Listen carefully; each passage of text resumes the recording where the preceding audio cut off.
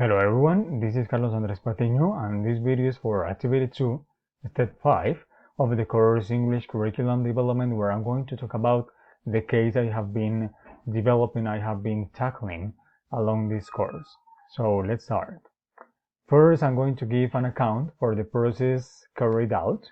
So it is important, as you can see here, to know the foundations of the case. So first of all, we know that these days most people know the huge value that English learning has. However, it is also known that in the specific case of Colombia, the English language level of proficiency most students have is not very good. It's far from being good.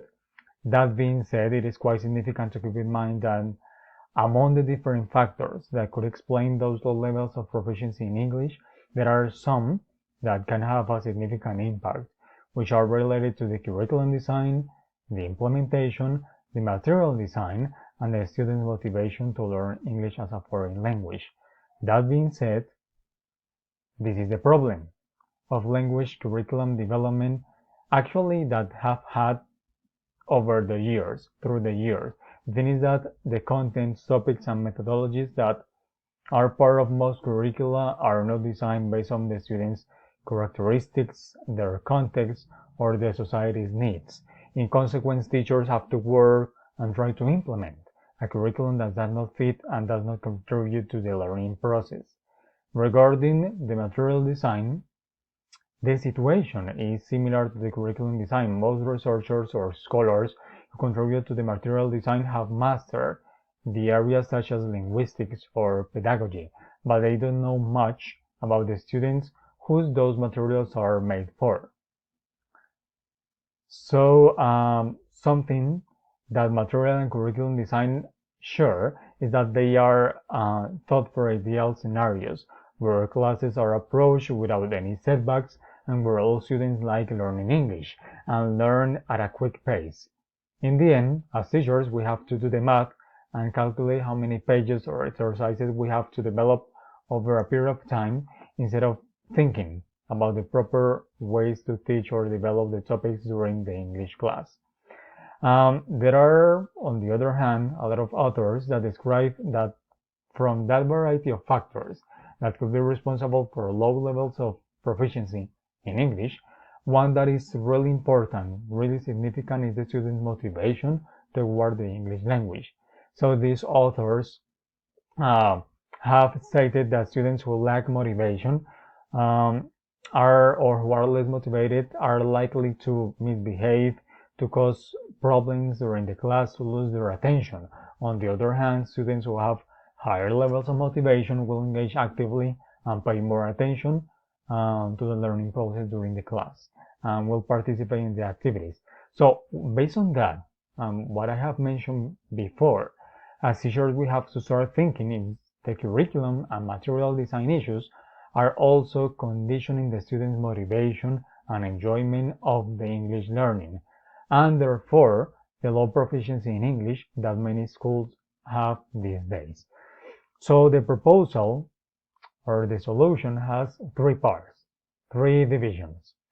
So the first step would be of the proposal is based on the philosophical orientations enunciated by Hans Stern.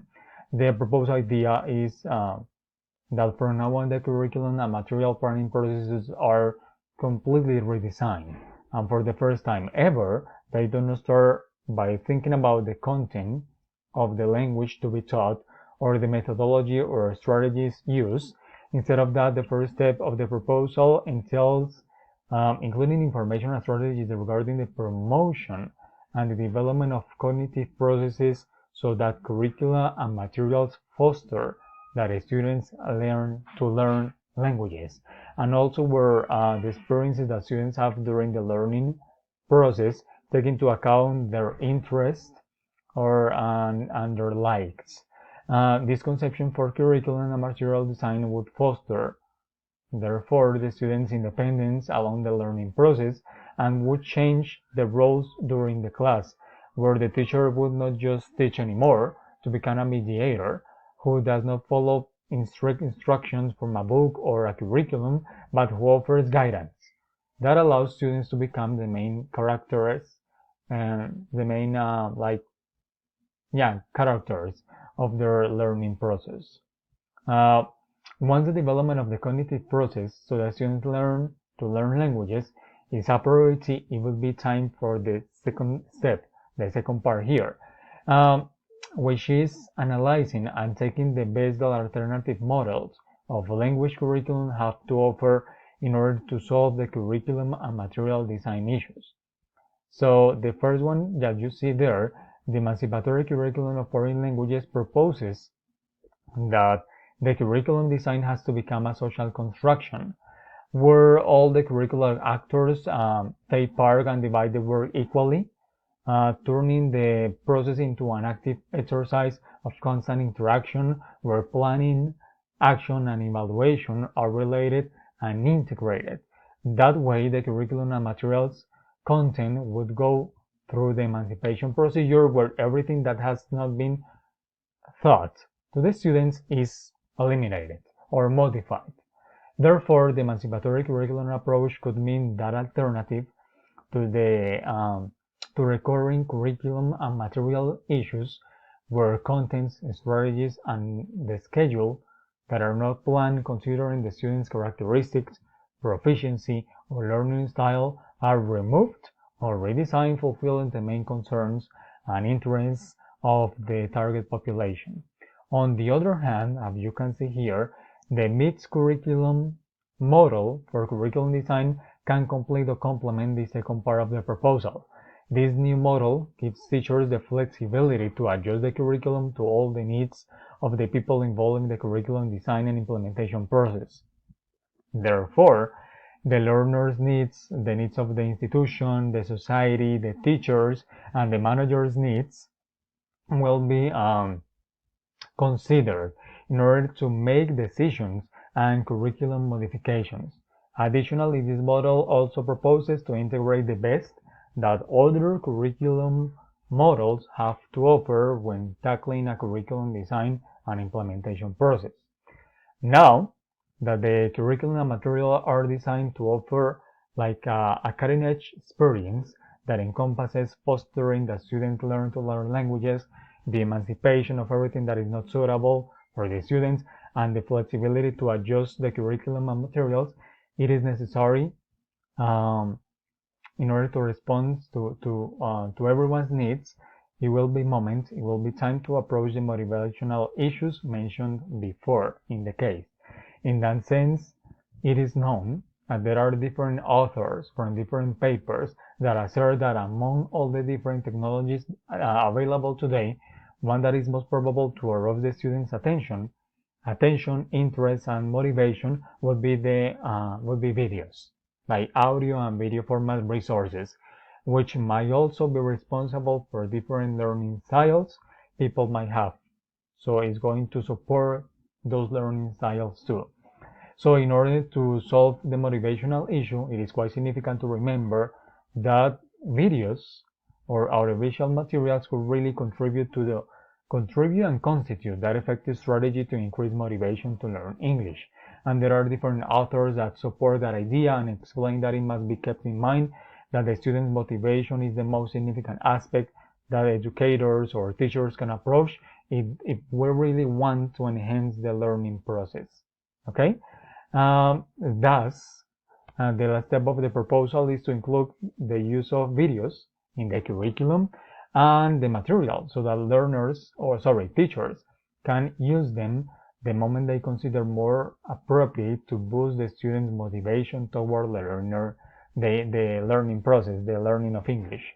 In conclusion, what makes this proposal so unique is that it incorporates different ways to improve the design and implementation of curriculum and materials, which is complemented or complete by a strategy to foster motivation, all of which could definitely offer like a remarkable opportunity to learn English, to have a better English experience for students and teachers. Now let's go on. These are the conclusions about the implementation and analysis of the solutions. I'm basically going to read these conclusions. One conclusion is that a curriculum can be evaluated, redesigned, or adapted. Another one is that there are different ways to improve the design and implementation of the curriculum, as I mentioned before in the case. Other conclusion is that all the curricular actors might take part and divide the work equally, mainly the teacher and the students. Another conclusion is that the curriculum design has to be an active process of interaction where planning, action, and evaluation processes are reciprocally integrated. Other conclusions are that teachers, and this is very important, must be granted the flexibility to adjust the curriculum to learners' changing needs, the needs of the institution, the society, and the teachers and administrators' needs. So it is very important for us to have that flexibility to adjust, to adapt the curriculum. And finally, the other conclusion is that additional activities such as motivational strategies can have a significant contribution to the teaching and learning process, and therefore they should be included in the curriculum design. Another very important aspect is the reflections about the whole process. Well, there is so much I have learned in this course and along this process, and one reflection for me is that I have always complained about curricula and materials. Over the years I have worked in different places, and I have worked with good curricula and good materials, but also with very bad design curricula and materials. However, I have always complained because sometimes you have to, yeah, to have the chance to modify, to adapt things, and most places where I have worked don't allow that opportunity. So I always complain about that. I knew that maybe somewhere there was some theory or conceptions that would allow me those modifications, and I know that they exist now thanks to the course and this process. So another aspect, another reflection is that curricula and materials sometimes limit what the teacher can do during the class. So if we have an idea, a good idea, we are sometimes not allowed to do it, or we don't have time to do it because we have to follow the curricula, the syllabus, the content. So another good reflection is that the contents of this course support my insight regarding curriculum design and implementation. As I mentioned before, I always knew there was something there somewhere that would support my idea regarding flexibility, so I really agree with everything I have learned, mainly regarding these new models of curriculum design, and for me these are very cutting-edge approaches. For me, because I didn't know about this before, and yeah, it has been like a very good opportunity to adapt new material and yeah, to propose like changes in different programs, English programs. Now, regarding the development of the contribution of the development of this course for my research process, basically, as you can see here, the flexibility of the curriculum and the emancipation from the curriculum give me like the cornerstone, like the first step for my research process, because my proposal is a core strategy to boost motivation to learn English and foster grammar learning. And in order to apply or include that strategy in the class, in the curriculum, in the content, I have to modify the curriculum. So basically, thanks to the development of this course, I know that I can adapt my idea based on the content, on the topics of this course, and I can adapt it in order to respond to the students' characteristics. That way, my research process is going to be more successful, or is going to have more probability to be successful.